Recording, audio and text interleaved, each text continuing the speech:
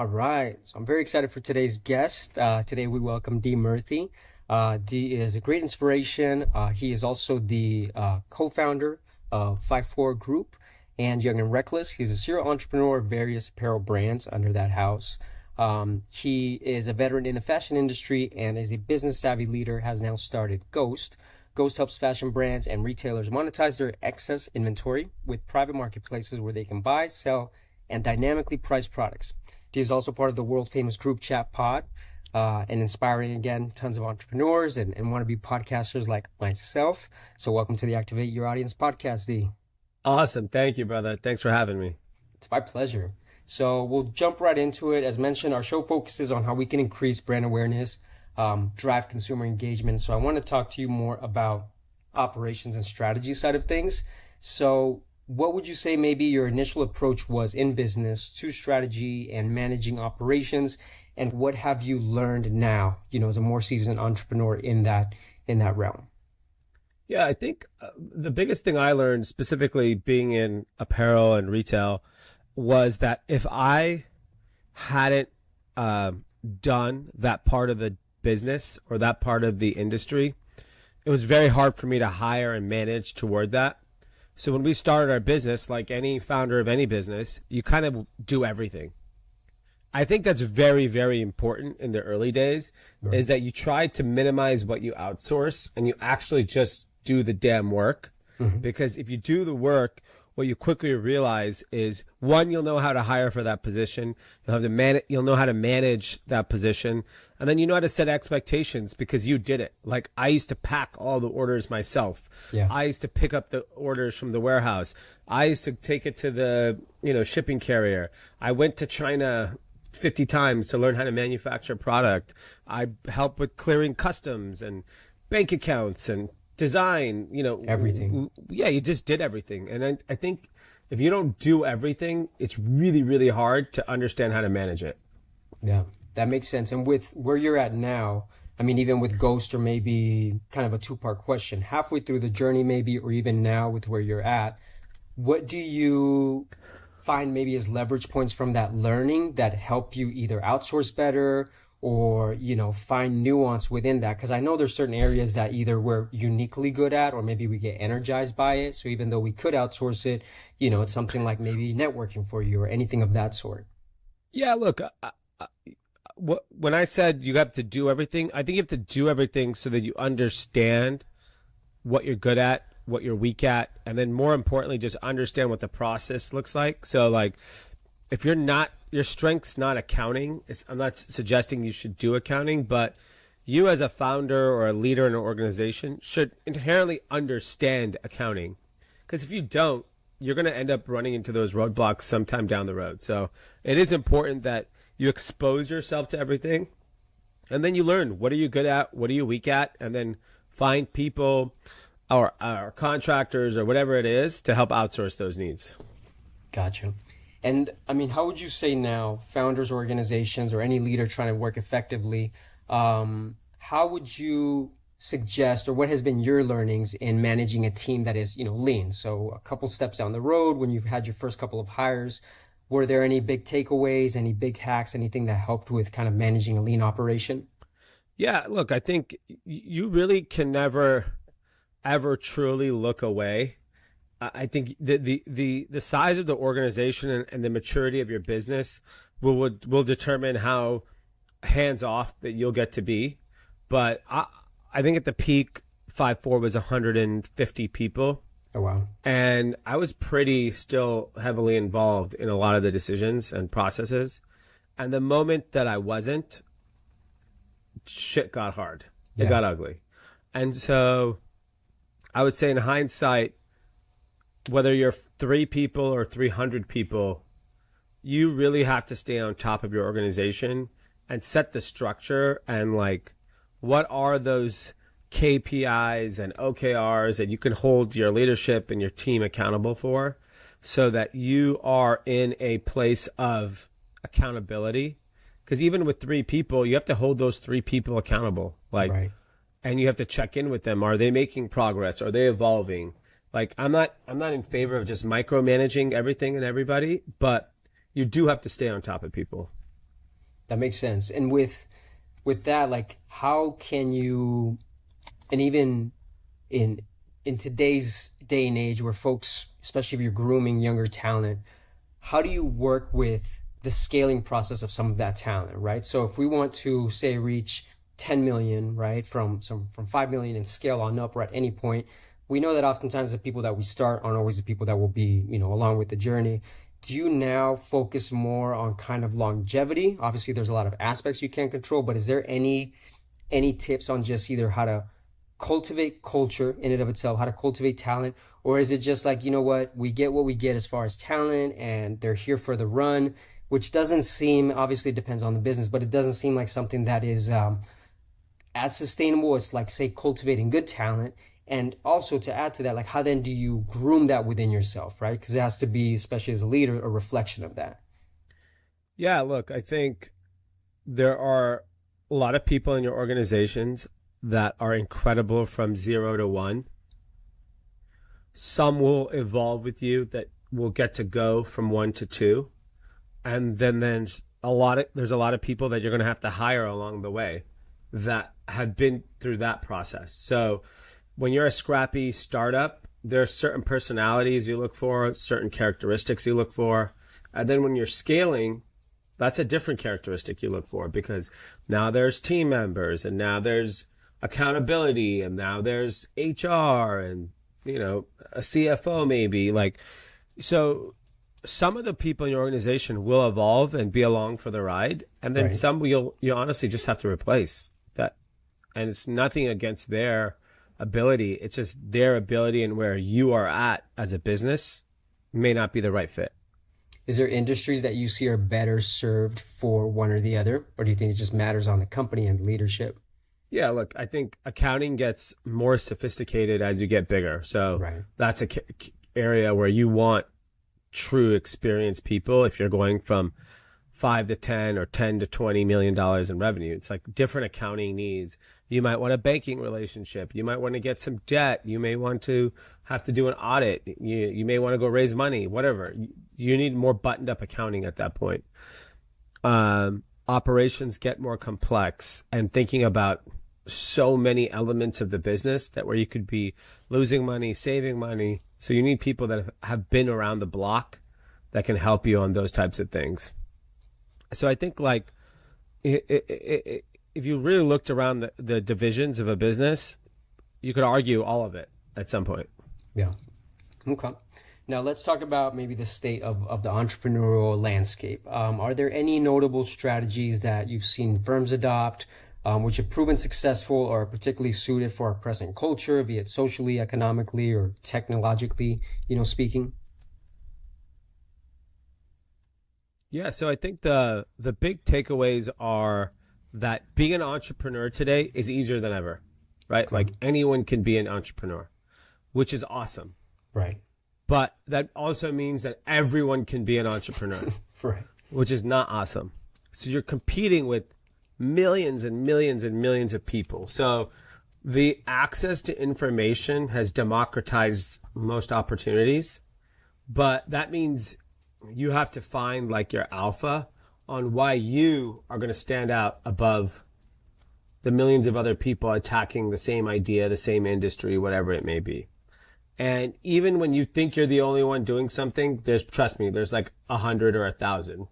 Even when you think you're the only player in town. So I think that the key things to take away is, like, sit down and objectively look at what you're doing, and use the information that's available to you, and actually think, if you were to do like a matrix that makes you different, what are those characteristics that make you different? And then spend your time on those things. So if it's a product, is it you are doing something that no one else has done before? Do you have a feature or function? Is it price? Is it distribution? What is it that make you special?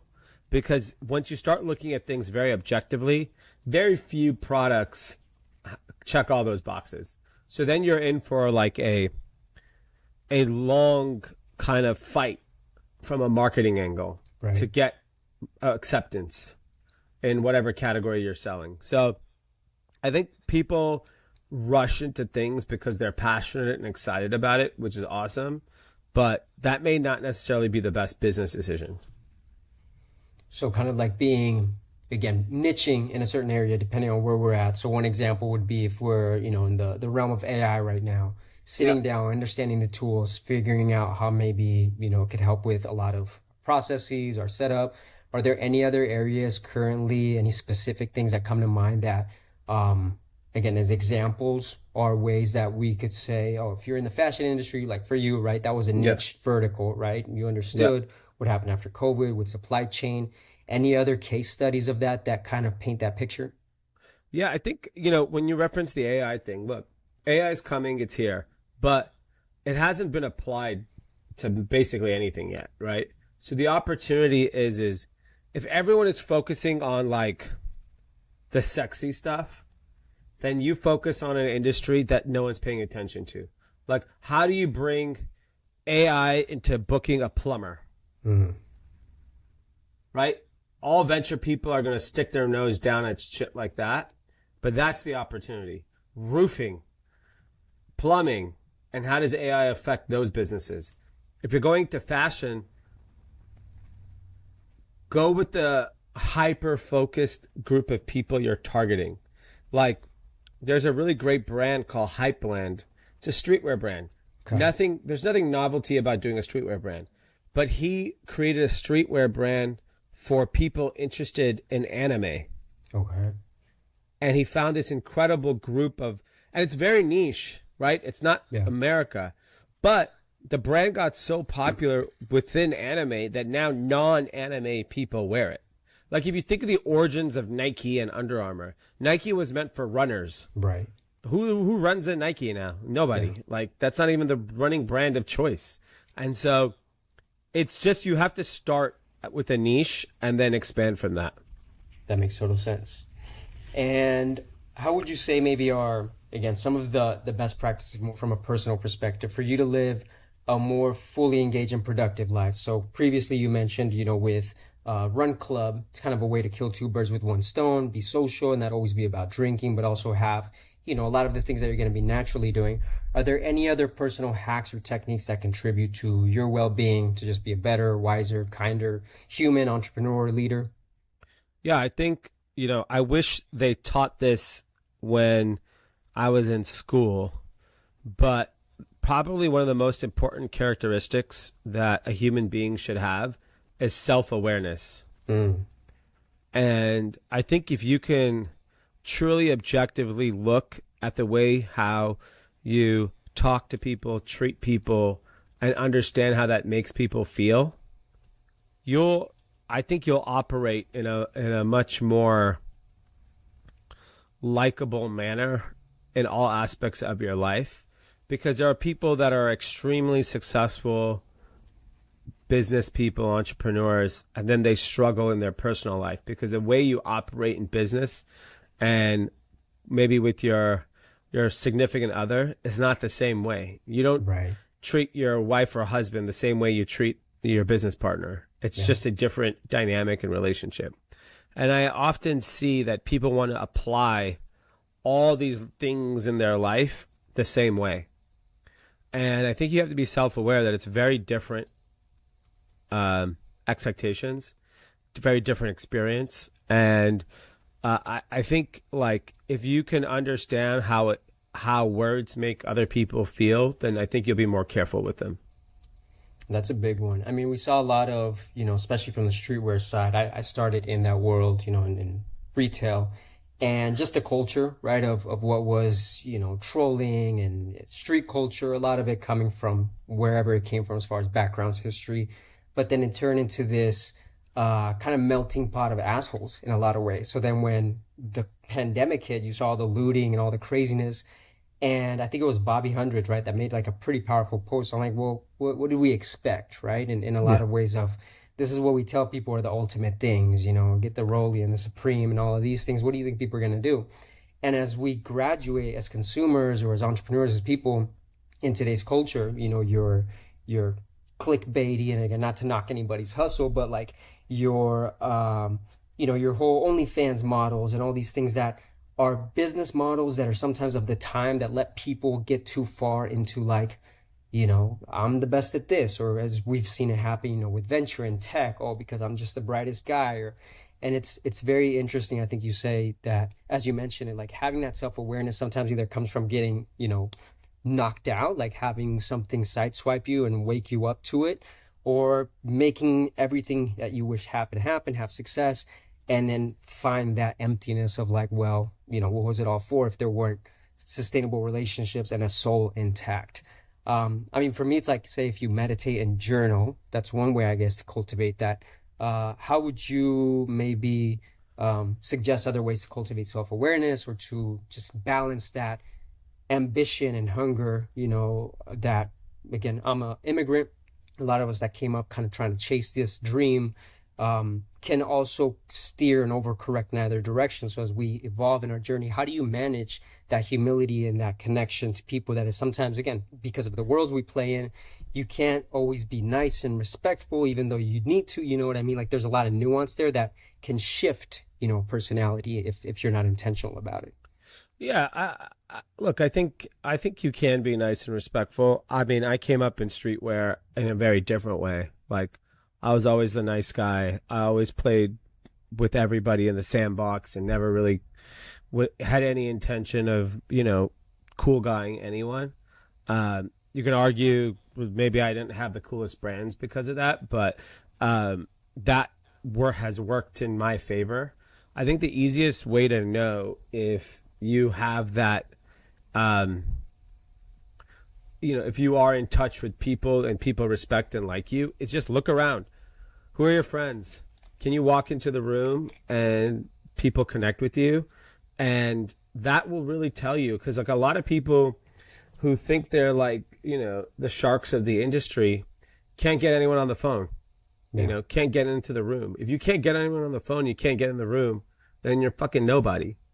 And so you could think whatever you are in your head, but like it does really matter if people like you. Like relationships and trust is like the biggest thing in business that people don't appreciate. You could be so talented and so smart, but if people don't like you, you're toast. And so the balance really comes from when you're a young person, go out and put yourself in front of as many people as possible, all walks of life, and become friends with everybody. That's your test. Can you go do that? Because if you do that, then you'll be able to get in any room whenever you need to. That won't be a problem. But like, if you're unable to do that because you have some personality flaw, then that's where you should be spending your time and working and getting over those issues. That makes sense. And not to mention that a lot of the times that what we see highlighted, as you mentioned, these sharks, it's just a magnifying glass on what will get the algorithm going. It's not necessarily reality, right? So for younger people, they need to understand, we need to remember what we see is not always the reality, and it will come back to haunt you. So, yeah, all that is bullshit.